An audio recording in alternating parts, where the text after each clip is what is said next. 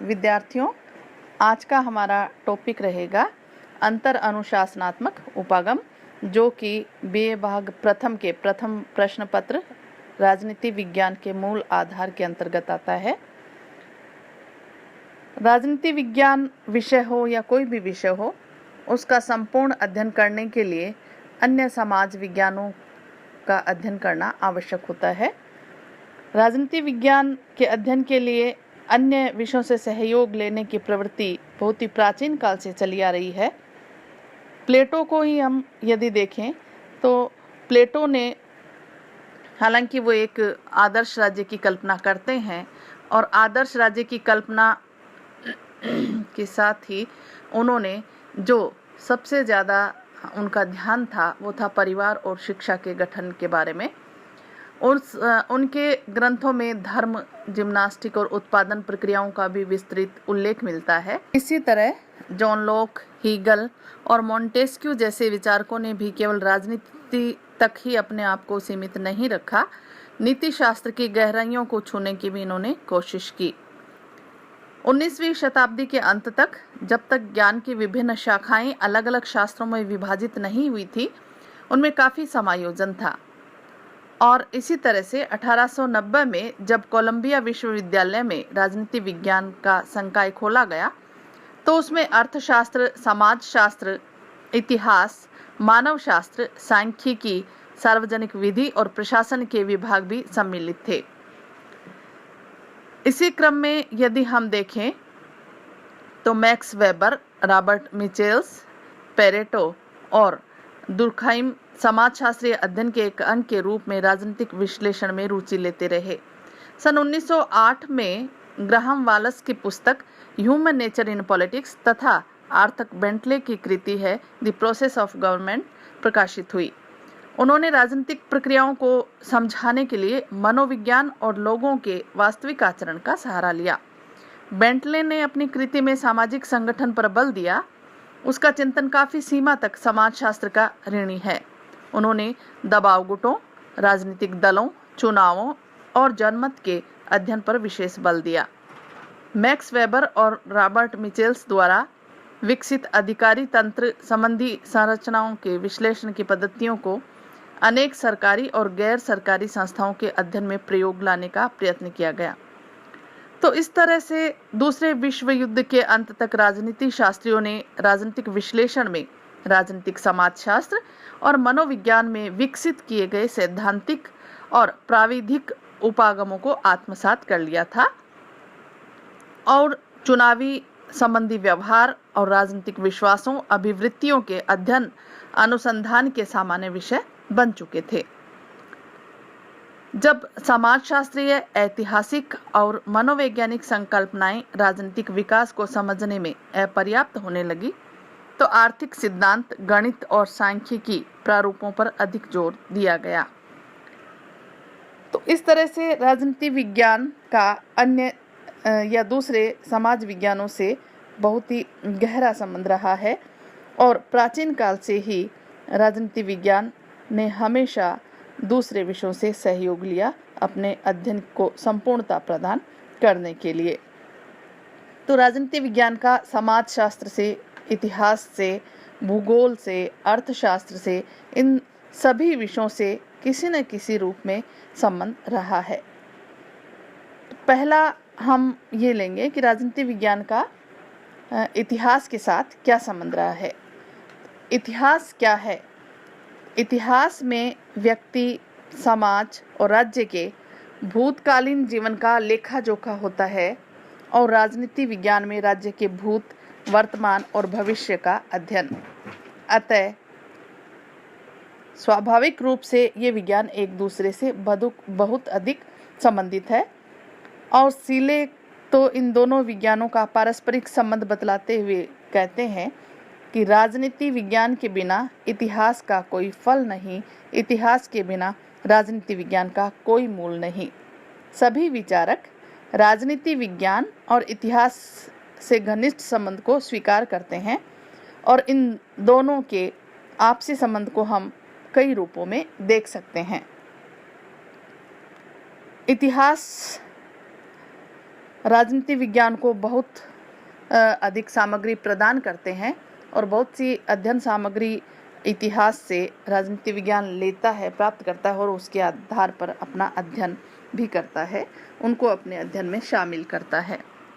तो राजनीति विज्ञान इतिहास पर निर्भर है, क्योंकि राज्य और राजनीतिक संस्थाएं एक विशेष समय पर निर्मित न होकर विकास का परिणाम होती हैं और उन्हें पूर्णतया समझने के लिए इतिहास के आधार पर उनके विकास क्रम का ज्ञान प्राप्त किया जाना आवश्यक है।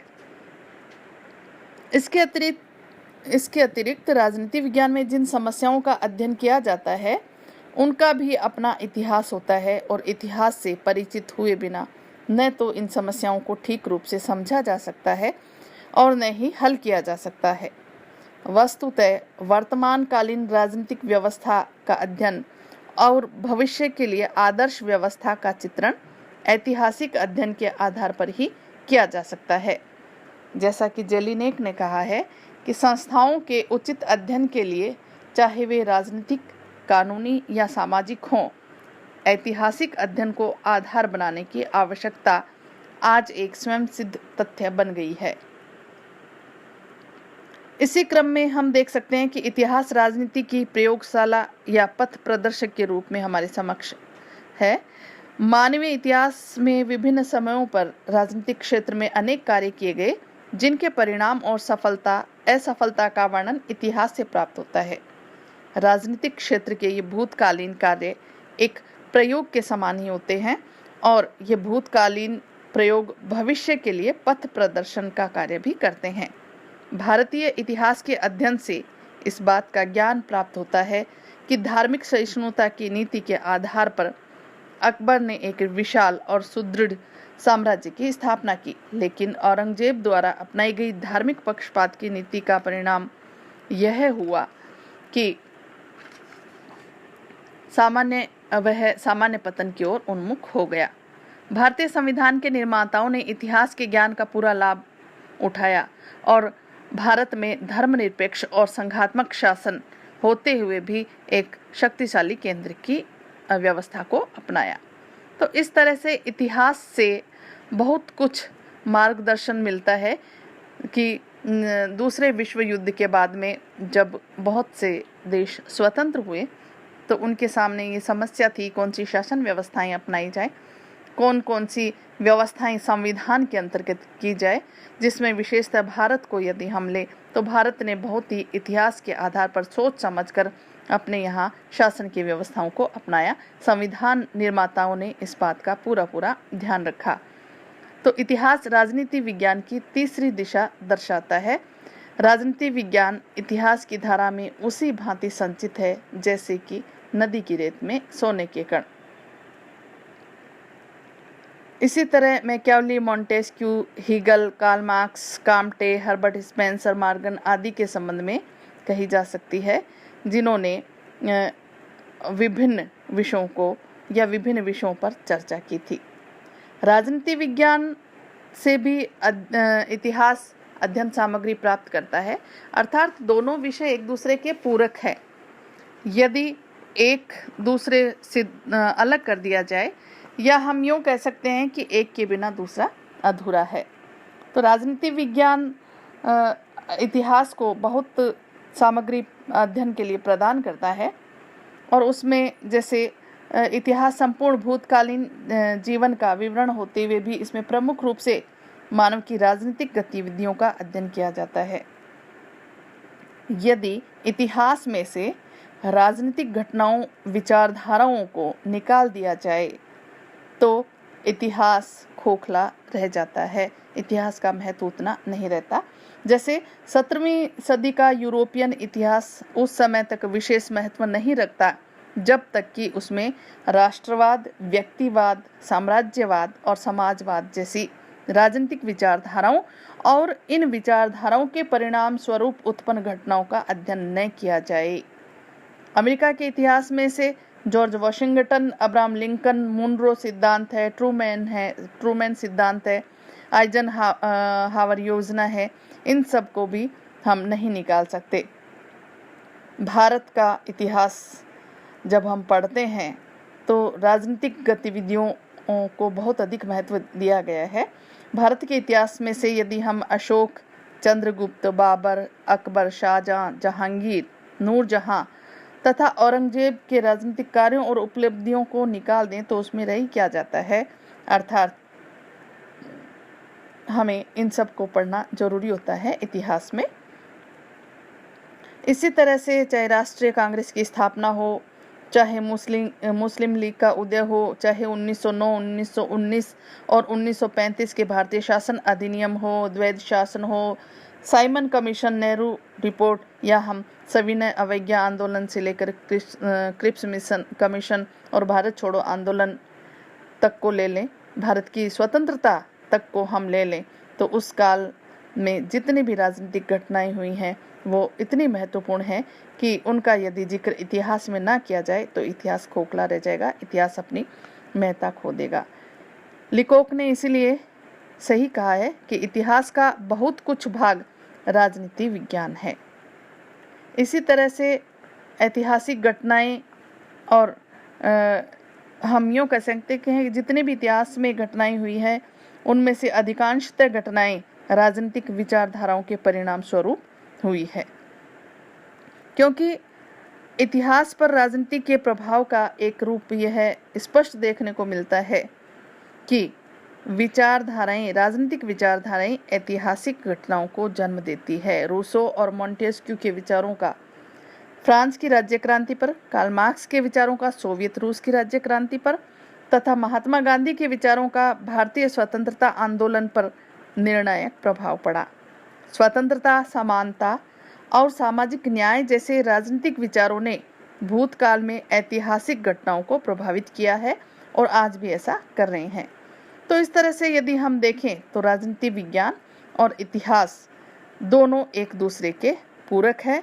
दोनों की पारस्परिक निर्भरता को लेकर सीले ने सही लिखा है कि राजनीति उच्छृंखल हो जाती है यदि इतिहास द्वारा उसे उदार नहीं बनाया जाता, और इतिहास कोरा साहित्य रह जाता है यदि राजनीति से उसका संबंध विच्छेद हो जाता है।